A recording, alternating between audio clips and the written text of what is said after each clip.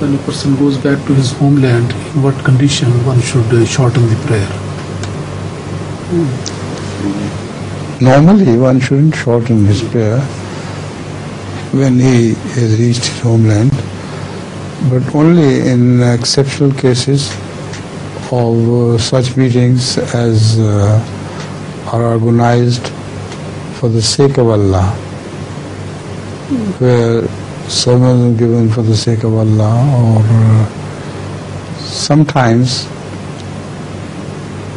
even without that, the shortening of prayer is permissible when the time for the prayer, the difference between that one prayer and the other is too short, and it practically becomes impossible to say both the prayers on time, and it is very difficult for people to come and go to the places